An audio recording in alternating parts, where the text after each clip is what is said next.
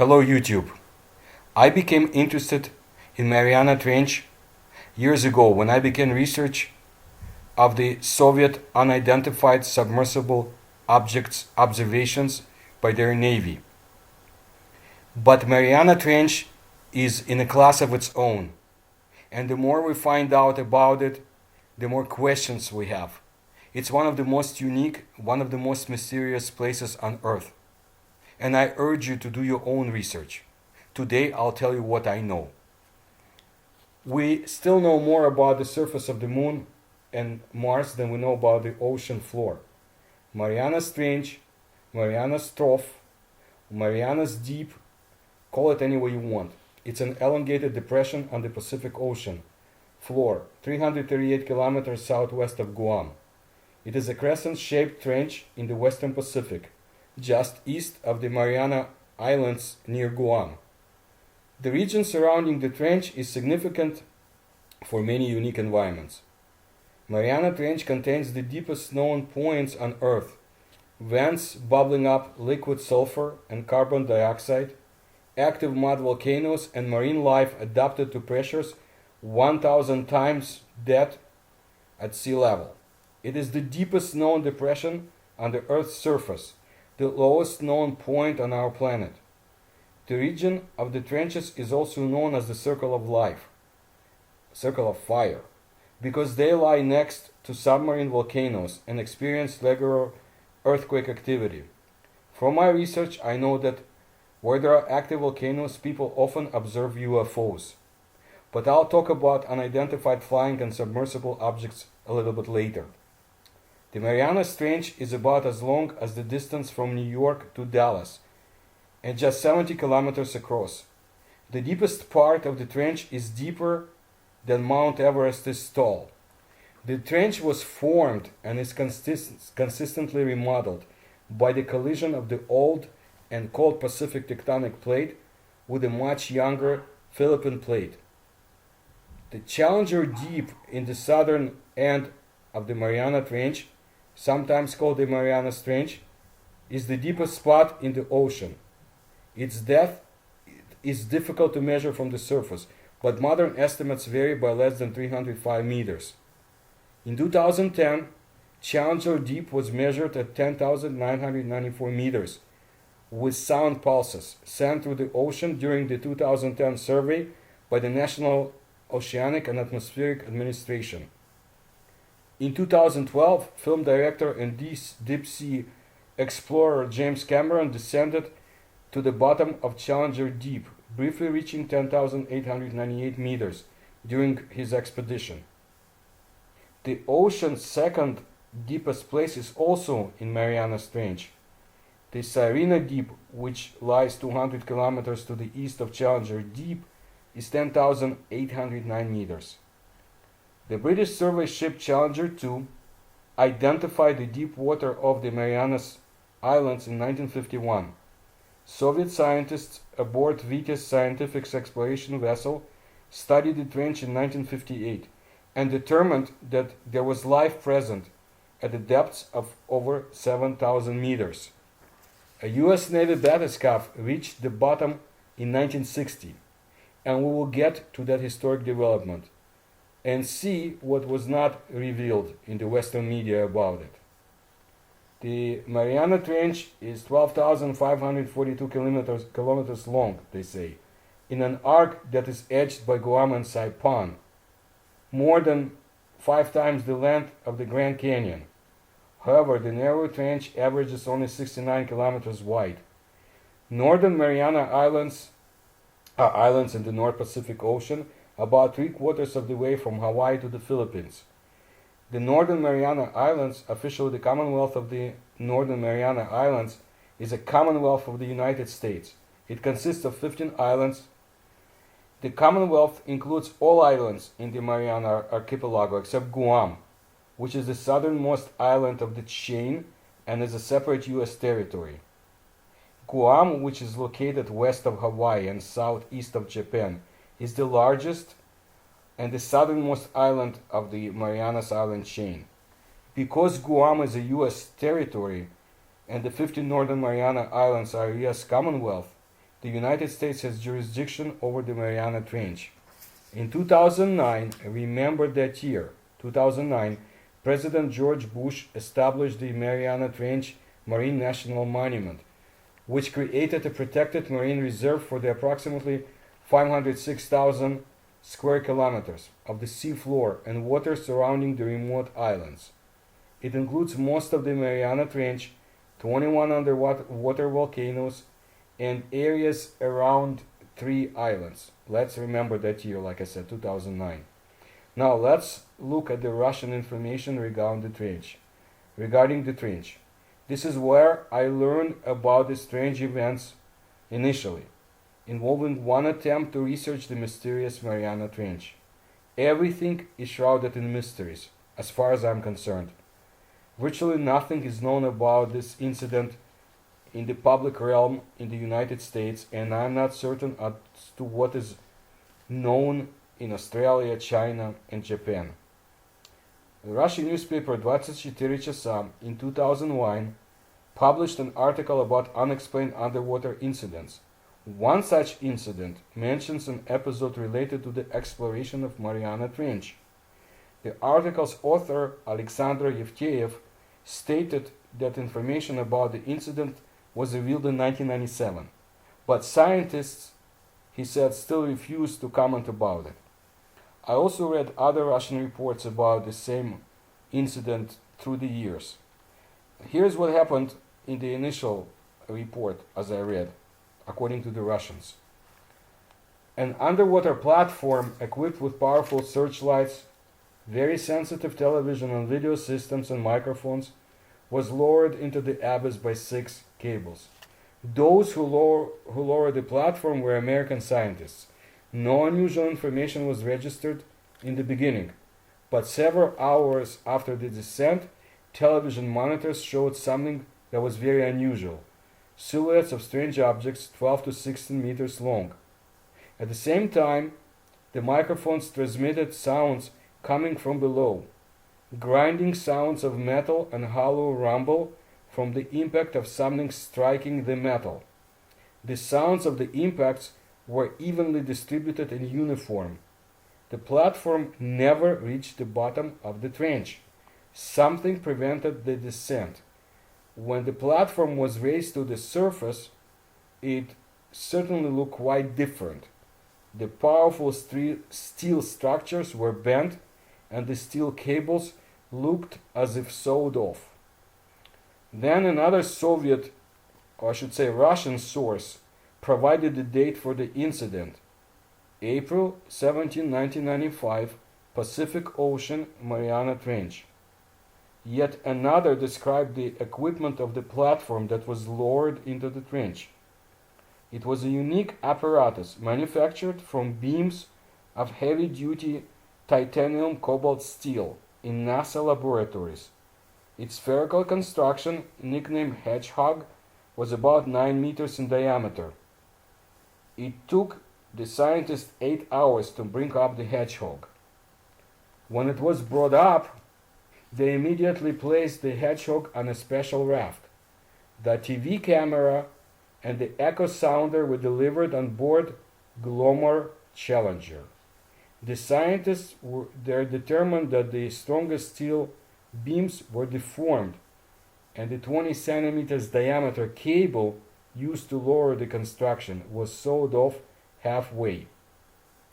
Apparently the platform, unique as it was described, could have been lost forever.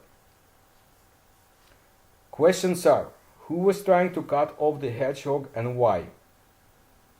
The scientists determined that no friction could have damaged the cable to that extent.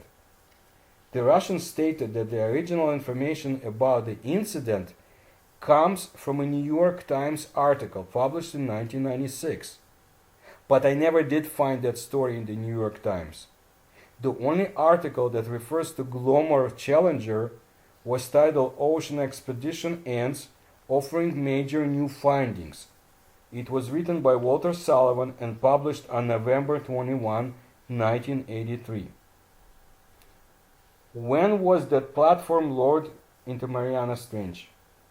Who were the scientists involved in this project? I know that in 1995, the Japanese unmanned Kaiko vessel remotely operated vehicle made a dive to the site. My question is, where was the information revealed in 1997 about the incident? And why is it that no such information is available in the United States? Through the years, after my initial publication about this incident in Fate magazine in 2003, for years I was looking for this information. Mariana Trench has been extensively explored through marine geophysical studies, dredging and drilling. Particularly legs 58, 59, and 60 of deep sea drilling projects in the late 1970s. I believe that during one of those studies the platform was lost because the 2001 Russian publication did not reveal the vessel's name. So I did my own digging around, and in later years information published in Russian media confirmed that I was right. I determined that the incident in Mariana Trench involved a very interesting vessel. It was Glomar Challenger, oceanographic drilling and coring vessel, active from 1968 to 1983. The exploratory ship of the deep sea drilling project, later the ocean drilling project. It was equipped with a drilling derrick 43 meters high, and it was capable of drilling more than 1,700 meters into the ocean floor. It investigated some 624 sites in the Atlantic, Pacific, and Indian Oceans. Since 1968, the Deep Sea Drilling Project has been supported by the National Science Foundation, primarily through a contract with the University of California, which in turn subcontracted to Global Marine Incorporated for the services of the drill ship Glomar Challenger. Scripps Institution of Oceanography is responsible for management of the university contract. In October 1975, the international phase of ocean drilling began. This international interest and the true participation of both the scientists and governments of a number of nations demonstrated the importance of the work being done by the Deep Sea Drilling Project. The leg 60 of the cruises of the drilling vessel Glomar Challenger lasted from March to May 1978. So, in 1978, Glomar Challenger drilled to 7,049 meters below sea level in the Mariana Trench area. After being operated for 15 years, Glomar Challenger's active duty was ended during November 1983, and she was later scrapped. Parts of the ship, such as the dynamic positioning system, engine telegraph, and thruster console, are stored at the Smithsonian Institution. According to two of the participating scientists, Donald Hazang and Seiya Ueda, during leg 60, an unusual number of quite diverse sites were successfully drilled, including two in record water depths in Mariana Trench. New downhole experimental programs for heat flow, electrical resistivity, and logger were conducted. Those serious researchers who want to pursue their own investigation of the Glomar expedition should contact me for the information collected. What's interesting is the participants aboard Glomar Challenger for leg 60 included a Soviet scientist. I know exactly who it was through my research. I know who the person is, but I also learned about another joint Western-Soviet research trip aboard the Russian oceanographic vessel Dmitry Mendeleev to study ophiolites on the floor of the Pacific and Indian Oceans. But that research was conducted in the late 1970s too, and there was a publication in English about the findings. The top Russian scientist who was instrumental in the program worked with a well-known American colleague who was also close with ties to the Chinese scientists. Apparently, the American brought the Chinese scientists into the fold, so to say. Keep them away from the isolation. That's great for international research, and it demonstrates that the interest in the mysterious depression is now quite global. I am not saying that the information about the strange incident aboard Glomar was revealed by the Russian scientists I just mentioned, but the international joint research of Mariana Trench is more than just an amazing fact.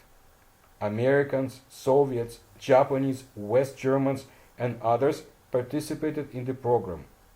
For example, in that deep sea drilling project, you had University of California at San Diego, you had a university from Federal Republic of Germany, Scripps Institute of Oceanography, you had a French university, Columbia University, University of Hawaii, University of Miami, Texas, USSR Academy of Sciences, and more, including Woods Hole Oceanography Institution.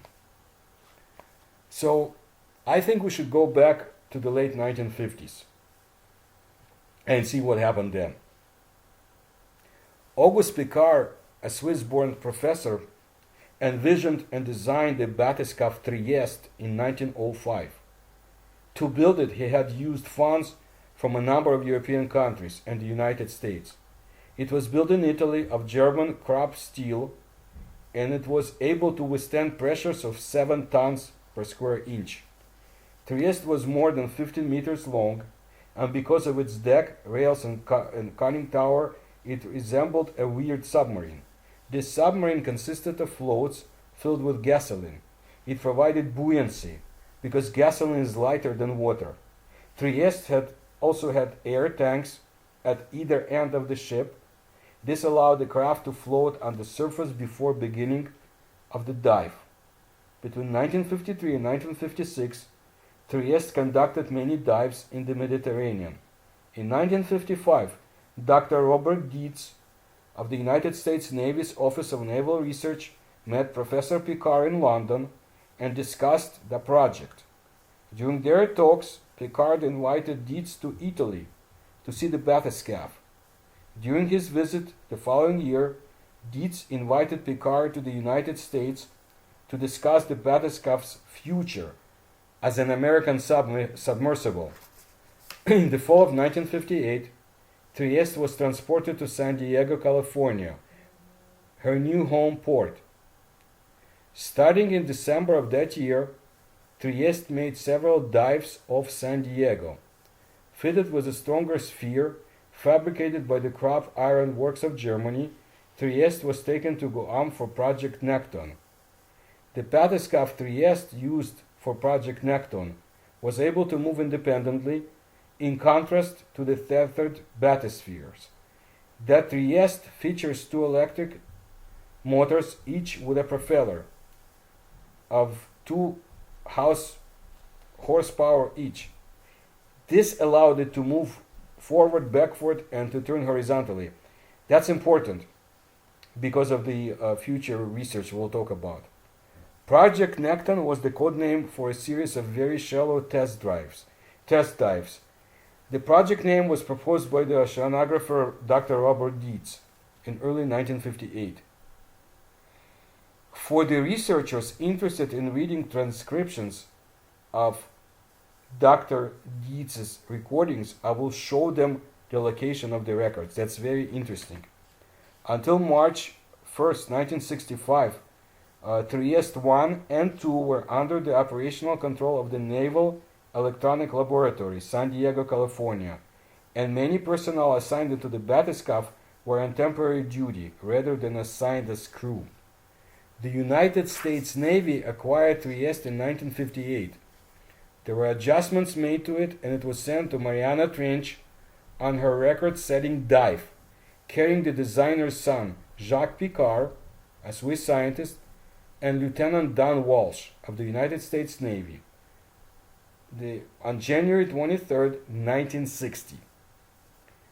That was the actual dive, but the series of 8 test dives began with 2 harbor dives, then a Pacific Ocean test dive at Guam by the newly modified Trieste, which had been modified to dive far deeper than before.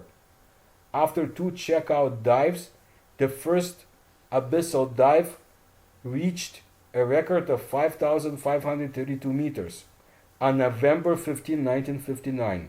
Remember that date. The series included a record deep dive near the bottom of the Nero Deep in the Mariana Trench at 7,315 meters, and finally culminated with a trip to the bottom of the Challenger Deep at 10,911 meters on January 23, 1960. The vessel descended on a journey to the bottom of the Challenger Deep of the Mariana Trench. It was a journey into darkness, for the deeper the craft descended, the darker the abyss became. They achieved the record depth of 10,911 meters, as I said. The descent took 4 hours and 48 minutes. The journey was peaceful, free of incidents, as far as all public records indicate. Their window, the little porthole, was it had a diameter of over 6 centimeters. It had an outside diameter over 40 centimeters and was constructed of glass that was about 20 centimeters thick. Picard and Walsh observed sea life, at least one shrimp and a single flatfish. It was just before they landed with a soft bang. Later, it was discovered that one of the windows on the entrance shaft of the bathyscaphe had actually cracked during the downward journey, and this caused an explosive shaking of the bathyscaphe. The crew experienced awesome hydrostatic pressure with almost 7 miles of water overhead, 16,000 pounds per square inch. That was the pressure. But human ingenuity actually proved its ability to conquer millions of pounds of pressure. The trip back to the surface lasted 3 hours and 17 minutes.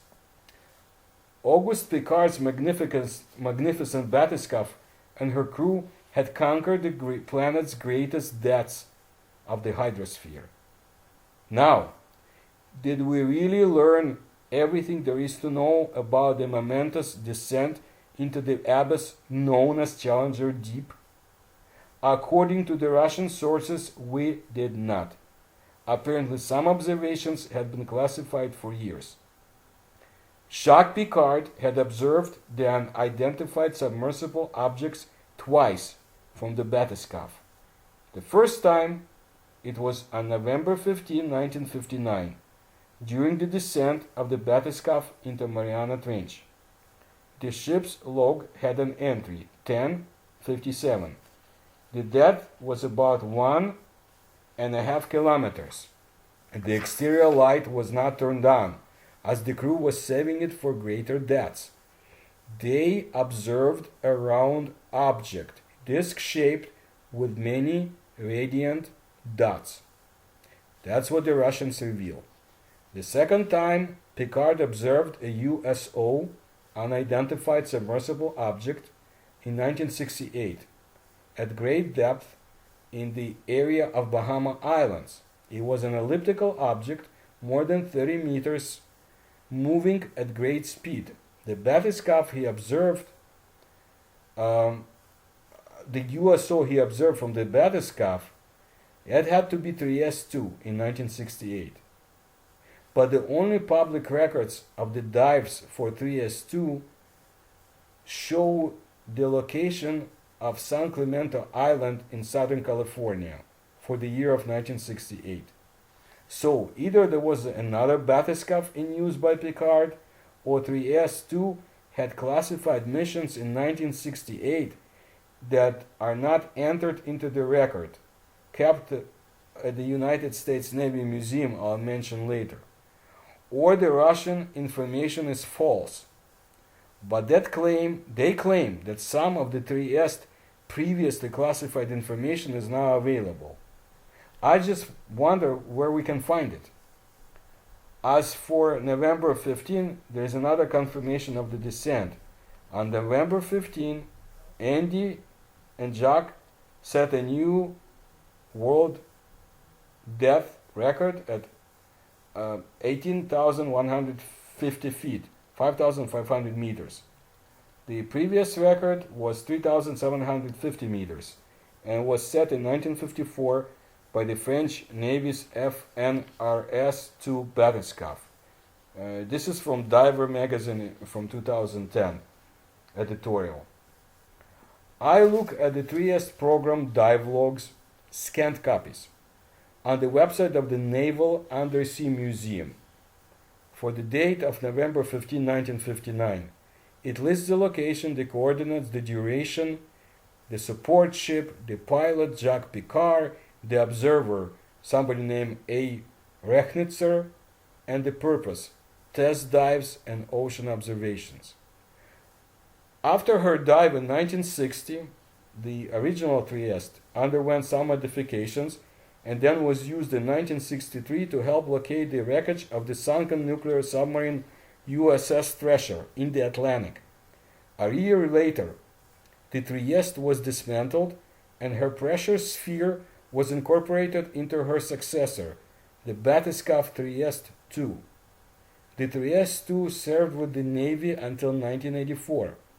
She is now on display at the Naval Undersea Museum in Keyport, Washington. I will not describe all of Trieste operations, even those that are declassified. However, Trieste demonstrated the U.S. Navy's capability to locate and recover small objects from extreme depths.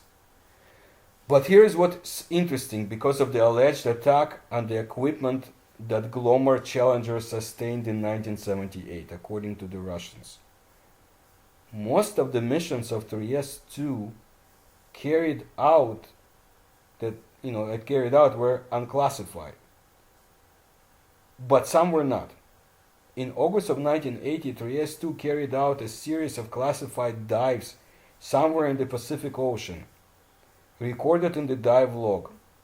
That mission remains classified. Remember, August 1980. The purpose, according to Naval Undersea Museum records, was seafloor survey. Was the area somewhere in Mariana Trench? That's a question we don't have the answer for. But it was another 35 years before the Challenger Deep was again explored and filmed. In 1995, 1996, and 1998, the unmanned Japanese tethered probe Kaiko reached depths up to 10,911 meters. That's what we know. If there were other missions, unannounced missions by different nations to Mariana Trench, we have no records. Now remember the year 2009 and the establishment of the Mariana Trench Marine National Monument?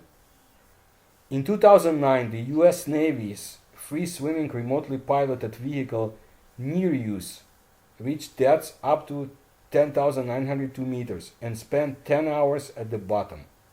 But after the Trieste, there were no other manned descents into the Challenger Deep until March 2012, when film director James Cameron piloted the Deep Sea Challenger and spent 2.5 hours on the bottom at a depth of 10,898 meters. Asked if he encountered anything he might use in his next feature film, he replied, "I can't answer that question right now." He described a flat, desolate landscape about 50 times larger than the Grand Canyon. There was no sunlight, no heat, no warmth. But you know what? Who knows what we really saw down there? Okay, now I'd like to take a look at the China's exploration of Mariana's Trench, because they are very much interested too. In June 2012, Jiaolong, the deepest of China's manned submersibles, reached a depth of 7,062 meters at Mariana Trench. During the 94-day expedition, the submersible acquired substantial geological, biological, and deep water samples and took high-definition videos. According to the chief scientist at the Institute of Deep Sea Science and Engineering, under the Chinese Academy of Sciences, Jialong's expedition has brought back first-hand materials for Chinese scientists to contribute to the studies of Mariana Trench. In 2016, we saw more Chinese interest in Mariana Trench. And this is according to the Chinese Academy of Sciences from August 15 of 2016. China's deep-sea submersible mothership Tansuo-1 returned to Sanya in South China's Hainan province after completing its successful maiden voyage to Mariana Trench. The mothership carried 60 researchers and crew, as well as 10,000-meter autonomous remote control submersible, 9,000-meter ocean bottom seismometer, and other Chinese-made devices. During the expedition, researchers with the Chinese Academy of Sciences conducted 84 research tasks and collected a large amount of samples and data at various depths. The result, they promised, would be announced later. The 94-meter-long Tansuo-1 has a range of 10,000 nautical miles. It is equipped with 10 permanent research labs and 2 removable labs. The ship serves as the mothership for a new manned submersible. This is an incredible creation of Chinese science and shows how much interest they have. And the submersible actually dived to the 10,767 meters, setting a new record for China, according to their Academy of Sciences. That submersible, Hydrothermal, set the record at Mariana Trench.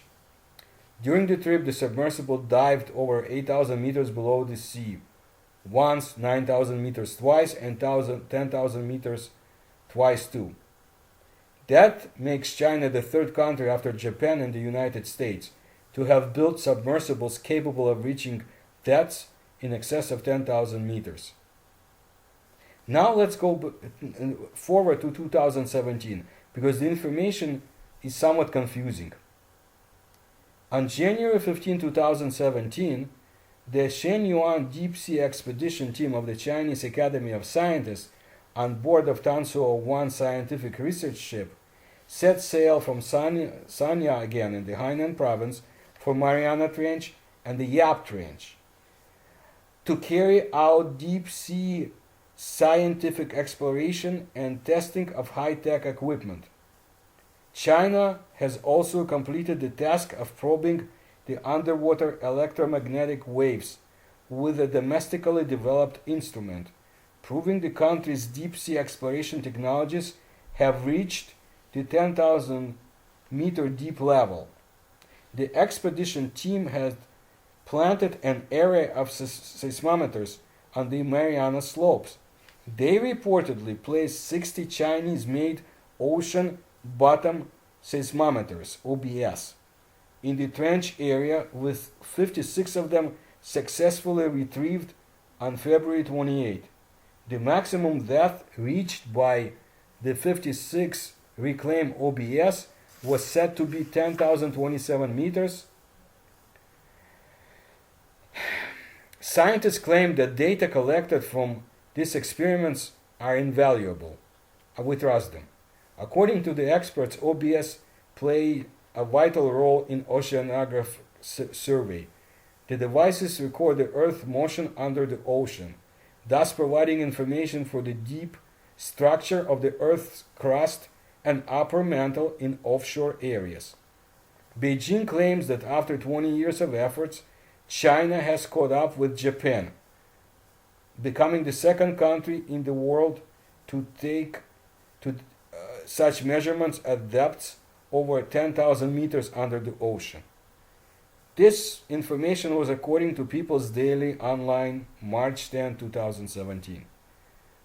But according to Science Online magazine, as of January 11, 2017, the name of the Chinese research vessel is Xi'an-3, and last month, that would be in December of 2016, it deployed 33 broadband seismometers around the trench at depths of up to 8,137 meters. And it was a joint Chinese-American expedition. The investigators from both countries plan to compare the data with findings from a seismology campaign in 2012 in the shallower Central Mariana Trench, where the dipping angle is more gradual. And that would let them test various hypotheses about why the Challenger Deep behaves so strangely, according to Science magazine. And that was also expressed by the expedition chief scientist San Jinlong, but actually the name should be Jinlong San. He's a marine geophysicist at the South China Sea Institute of Oceanography, in Guangzhou, China.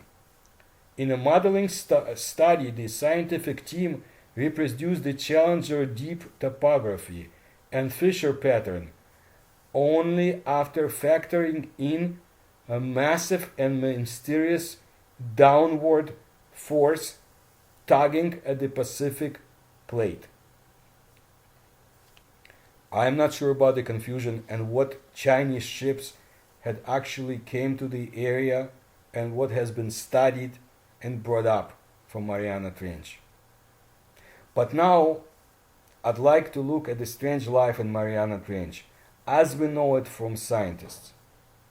We know today that back in 1977 a significant discovery was made in the ocean: hydrothermal vent communities and giant tube worms. Actually, scientists discovered over 300 new species in the mysterious ocean depths, a heretofore unknown form of life on Earth. The newly discovered underwater life forms have no need for sun to exist.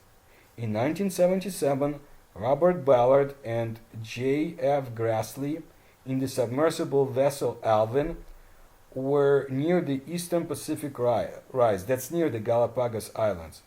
They discovered what they called black smokers, rocket chimneys up to 60 feet, 20 meters high, where dark mineral-rich water was emerging at a temperature of some 660 degrees Fahrenheit. The scientists concluded that the cause for the black smokers was that the water surrounding the rift area descended through cracks in the ocean floor until it came into contact with the hot rocks associated with active sea floor spreading. Then the superheated water dissolved minerals from the rocks and escaped upward through the vents. The water temperature surrounding the hydrothermal vents averages 46 to 61 degrees Fahrenheit. That is significantly warmer than the normal ocean bottom water temperature, 37 to 39 degrees Fahrenheit. American submersible Alvin discovered, besides the hydrothermal vents, an array of giant worms, mussels, and clams. The origin of this species presented a riddle. Obviously, they do not depend on the food that descends upon the organism in the lower depths of the ocean from the surface or higher levels. Scientists discovered what sustained this perplexing species of deep ocean organisms: bacteria whose name is chemoautotrophs. Chemoautotrophic bacteria use the energy of chemicals within the vent water to synthesize the carbon compounds they need to grow and reproduce. Unlike the photosynthetic organisms such as plants and algae, chemoautotrophs do not require the energy to synthesize the carbon compounds they need to grow and reproduce. From 1977 to 1979, Alvin made a series of dives to further investigate the nature of these hydrothermal vent communities. The vents were shown to be associated with the formation of new oceanic crust. The hydrothermal vents are found along the ridges of the seafloor, where the plates that make up the Earth's crust are either spreading apart during the creation of new seafloor or being pushed together at subduction zones where one plate is sliding beneath the other. The dynamic movement of these plates creates cracks and fissures to which the seawater travels into the Earth's interior, when it is heated and emerges as superhot springs. Vent sites exist not only along spreading centers and subduction zones, such as Mariana Trench of the Pacific Ocean, but also along the mid-oceanic ridge of the Atlantic.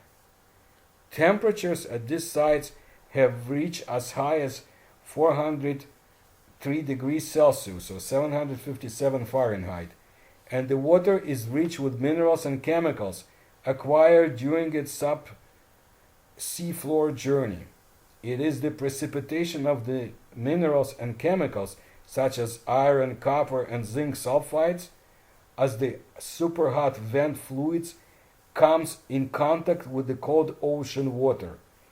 That's what creates the notorious black smokers. In recent years, scientists studying the ocean bottom discovered entire communities of organisms associated with these vents. In some cases, giant worms were found. They were over 10 feet long. These communities continue to be a subject of vigorous scientific research. Some researchers believe that life on Earth began in extreme environments, such as these submarine hydrothermal vents. If hydrothermal vents are now or once were present on other worlds, life might very well have arisen there too. One plausible place is Europa, Jupiter's ice-covered moon. The ever enigmatic Mars, where minerals commonly formed on Earth in hydrothermal vents were just discovered, is another distinct possibility. Scientists at the Scripps Institute of Oceanography have found giant amoeba 10 kilometers below the surface of the ocean in Mariana Trench. That was not long ago. Gigantic single-cell amoeba as large as 10 centimeters exists next to the heart from uranium, lead, and mercury, and yet the amoeba survive and thrive. Other strange creatures have been discovered in the trench. One of the species of animals living in the hydrothermal vent community is the large tube worm called Riftaia. This worm lives in its own long tube that can grow to approximately 13 feet in length and be in diameter of the size of a human arm. The tubes are flexible and capable of housing the length of the animal when it wants to hide and retracts. The worms have a special relationship with bacteria. The bacteria are responsible for the process that supplies the worm with materials it needs for life.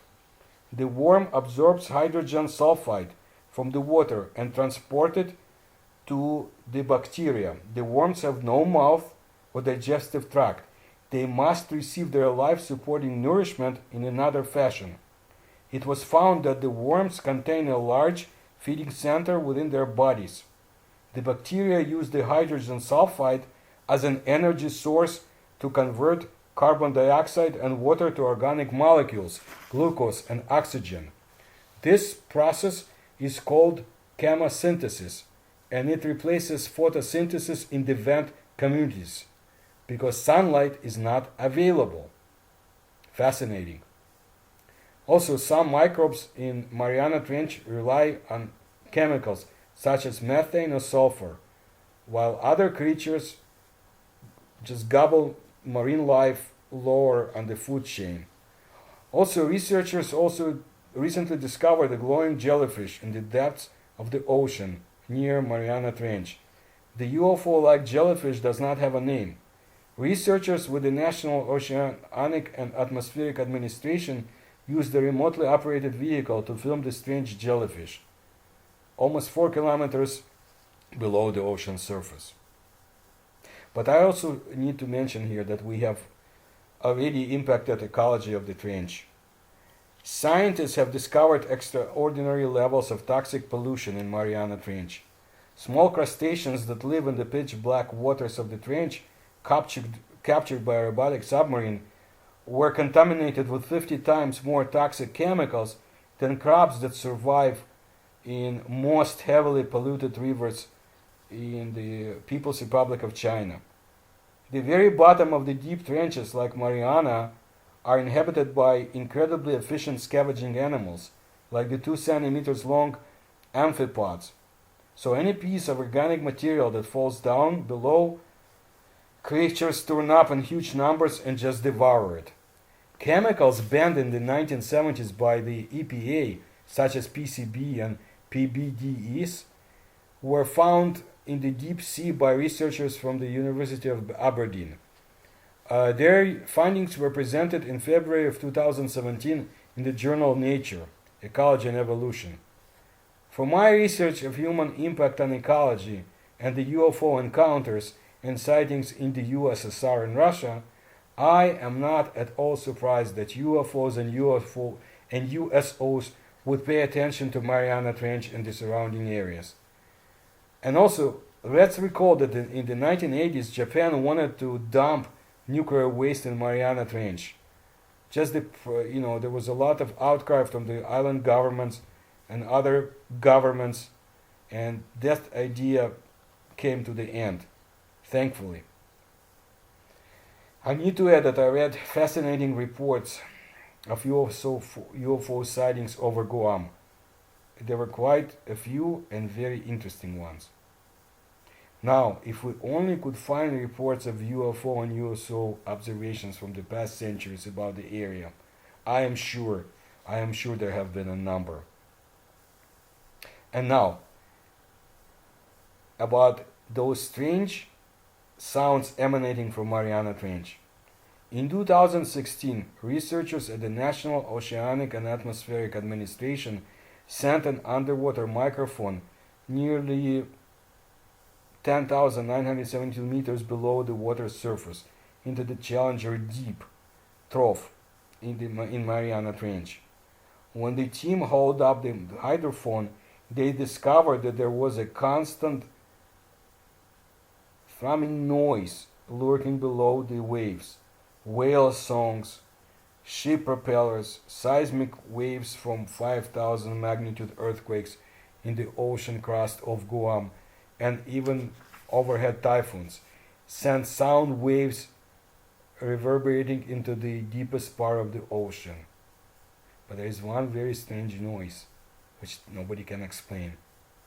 You can easily find the recording of the sounds on the internet. Listen to the eerie sounds coming from Mariana Trench, and you decide whether it's a whale song or something else, something quite alien and disturbing. So far, we have more questions than we have information. We do know that the Americans and the Japanese are interested in the vents. We know that the Russians are publishing interesting accounts of the US equipment destruction. But while at the same time, they send scientists to study the area. And also the Chinese have their own scientific teams and vessels in Mariana Trench. Except there is some confusion at what vessels China is using. But there is also a joint research with the United States, as far as we know, in 2017. And again, I need to stress that there are new forms of life down below. The biology associated with these areas make them quite stridently unique. Obviously, from my research, I can see that there was an attempt, most likely associated with the deep water drilling projects, to study Mariana Trench. We just don't know when. It failed because something almost destroyed the vehicle that was lowered to perform the task. The presence of the giant worms was allegedly recorded at the time of the destruction. That's also from the Russian sources. Did they damage the platform, or are the worms something like biological robots for another form of life that exists inside the hydrothermal vents? And if there is any intelligent life in the depths of the ocean, has it tried to communicate with us in Mariana Trench? Are the mysterious revolving luminescent wheels, gigantic wheels so often observed by seafarer, also a manifestation of life forms that dwell in the life-giving black smokers, from my research of Soviet and Russian USOs, I recall that those who reported on the so-called quackery phenomenon, some Soviet submarine commanders mentioned the Pacific Ocean, the waters around the Philippines. I have no doubts that the Soviets would send subs on clandestine missions to Guam and the northern Mariana Islands. By the way, during the Cold War, Guam was a base for ballistic missile submarines and patrol planes to counter Soviet submarines. So apparently there were Soviet missions in those waters. And I already mentioned the observations related to the quackery phenomena in the waters not far from the Philippines. From 1963 to 1981, the so-called Submarine Squadron 15 permanently operated from Guam. But the U.S. squadron was disestablished in 1981. Now, question is, was it only because the Poseidon and the Trident II submarine launch ballistic missiles could at that time reach farther, thus reducing the importance of the base? Or was it because of something else? 1981 was not the year of the best Soviet-American relations. I remember it. And the détente was dead. I remember that the doomsayers panicked over imminent world war. So, what happened? Why would the Squadron 15 be disassembled, so to say? Maybe the Soviets and the United States decided to stay away from the active operations in Mariana Trench area, or did they join forces quietly? In the book Russia's USO Secrets, that Philip Mantel and I describe Soviet and Russian USO encounters and top secret Soviet Navy's research program to study paranormal phenomena in the oceans of our planet. But I also read one report from a sailor aboard USS Nimitz and his observation of a gigantic triangular UFO in 1991 in the area between the Philippine Islands and northern Mariana Islands. And I should mention here that Japan has a great interest in Mariana Trench, and a Japanese probe at the time made what was the most accurate measurement of its depth in 1995. That remotely operated vehicle, Kaiko, measured Challenger deep to be 10,911 meters. 1995 was the year that Russians have assigned to the Glomar Challenger. But Glomar Challenger was gone by that time. So something unusual is occurring about the information related to Mariana Trench. But let's consider something else, because time goes by and other developments come in. U.S. forces began building up Guam in 2002, when the U.S. Navy moved the first of 3 attack submarines to the naval base, placing them closer to deployment regions, saving time in transit and freeing more time for operations. And Russia today is expanding its military presence in the Pacific in a way that has not been seen since the Cold War. From California to Guam and Alaska, Russian long-range bombers, maritime reconnaissance warplanes, and nuclear-armed submarines seem to be everywhere around the planet. Russian bombers circled the U.S. military hub on the Pacific island of Guam several times in the past few years. And of course, then there is the expanding Chinese Navy. Over the past years, China has built 5 artificial islands in the South China Sea to boost its power projection in the Pacific. Chinese warships and maritime attack aircraft are undertaking patrols in the Asia Pacific in response to the U.S. air and naval movements in the region. Now, is this just rivalry between nation states that exerts military power, or preparations to face another adversary in the Pacific Ocean, the one adversary that is still classified to us Last year, I read reports about joint US China war games, naval war games, and I believe there were China Russia war games the same year. So while each country challenges another, at the same time, they seem to be operating together. That's all I know, and I hope others will follow my research to find out whether intelligent life really does exist in the deepest place in the ocean. Thank you.